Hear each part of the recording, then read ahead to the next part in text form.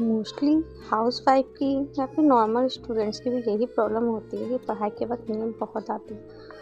और ये बात सच भी है और कहीं तक ये बात गलत भी है। राधे कृष्ण दोस्तों, कैसे हो आप लोग?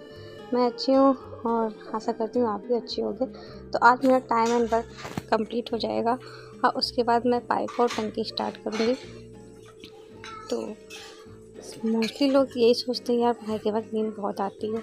हाँ, पढ़ाई के वक्त तो नींद आती है, बट अगर हम किसी चीज़ का एक नियम बना लें तो हमारी बॉडी हमारे अकॉर्डिंग काम करती है। हम जिस चीज़ का नियम बना लेते हैं उसी चीज़ को फॉलो करते हैं। जैसे हमें जिस टाइम पे हम खाना खाते हैं मोस्टली हमें उसी टाइम पे भूख लगती है। हम जिस टाइम पे सोते हैं मोस्टली हमें उसी टाइम पर नींद आती है और हम जितना सोते हैं हमें उतनी नींद पूरी ही करनी होती है। हम जैसे कि अगर आपको नींद आती है ना तो आप थोड़ा थोड़ा टाइम पढ़ाई का बढ़ाइए। पहले से आधे घंटे से भी, 2 घंटे से भी, 3 घंटे से स्टार्ट करो। और अगर आप नियम बना लोगे ना डेली का सिर्फ 5 घंटे सोने का, 6 घंटे सोने को, तो आपकी आँख ना अपने आप खुल जाएगी। आप एक नियम बना लोगे सुबह जल्दी उठने का, उसके बाद आप अलार्म लगाओ या ना लगाओ, आपकी नींद अपने आप खुल जाएगी। चाहे तो आप ये ट्राई करके देख लो। आपने कोई भी काम अगर 21 दिन तक कर लिया ना, फिर आपकी बॉडी उसी के अकॉर्डिंग ढल जाती है। अगर आप सुबह 21 दिन तक 5 बजे उठ लिए तो आप 22वें दिन अपने आप बिना अलार्म लगाए 5 बजे उठ जाओगे।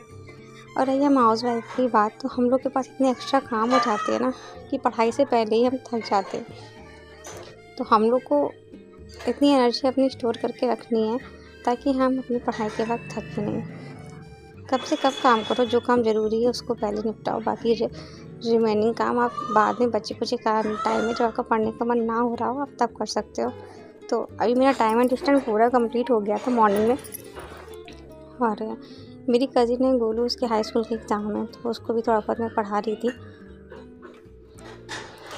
एक ये टाइम ही ऐसा चल रहा है ना, बोर्ड एग्ज़ाम पहले तो अपने दिन याद आ गए थे। इससे मैं मैके में भी हूँ और जब छत पर जाती हूँ और कुछ ऐसी जगह है ना जहाँ पर मैं बैठकर पढ़ा करती थी, तो मतलब वही सब चीज़ें याद आ रही हैं। आज जब मैं अपनी कज़िन को पढ़ा रही थी तो चीज़ें इतनी आसान लग रही थी, बट उसको चीज़ें नहीं समझ में आ रही थी। तो बहुत गुस्सा भी आ रही थी कि इतनी ईज़ी चीज़ तुम्हें क्यों नहीं समझ में आ रही है। बट फिर शांत होकर खुद सोचा तो याद आया कि एक समय जब मैं उसकी जगह पे थी, मैं उससे कह रही थी कि चीज़ें समझ के पढ़ो, लेकिन वो चीज़ों को लर्न कर रही थी, रट रही थी। तो बाद में सोचा कि एक टाइम में मैं भी चीज़ों को रटती थी। आज मैं उस चीज़ से आगे निकल गई हूँ तो वो चीज़ें हमें सरल लग रही हैं। ऐसे ही हमारे साथ भी है। आज में पढ़ाई करना कठिन लग रहा है कि अरे यार बच्चे हैं, इतना झंझट है, घर का काम है, फैमिली है, सास ससुर हैं। लेकिन जब ये समय निकल जाएगा तब हमें लगेगा कि नहीं, उस समय मैं पढ़ाई कर सकते थे क्योंकि तब हमारी एज थी। जब हमारी एज ही निकल जाएगी ना तब हमें बड़ा पछतावा होगा कि नहीं यार, तब हम कैसे भी करके थोड़ा बहुत तो पढ़ ही सकते थे। हाँ, बिल्कुल शर्मिंदा मत हो कि हम पढ़ाई कर रहे हैं, हमारा एग्ज़ाम निकलेगा कि नहीं निकलेगा। अरे कोई बात नहीं, नहीं भी निकलेगा तो पढ़ाई कभी ख़राब नहीं जाती। ये पढ़ाई हमें कहीं ना कहीं रिज़ल्ट ज़रूर देगी। उसके बाद आ गए थे हम पापड़ बनाने के लिए। तो 4 दिन, आज ये तीसरा दिन है पापड़ बनाने का। और अभी तो सिर्फ ये सेव बने हैं, इसके बाद भाभी चिप्स बनाएंगी।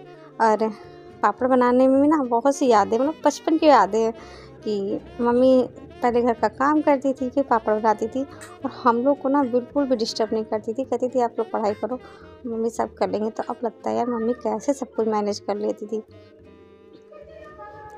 तो अभी पापड़ बना रही हूँ। भाभी ना ज़्यादा पापड़ इसलिए बना रही हूँ ना कि वो कह रही थी कि वो मुझे भी भेज देंगी, लेकिन मैं उनसे मना कर रही हूँ कि जब 2 लोग होते हैं तो ये सब खाने का मन नहीं होता है।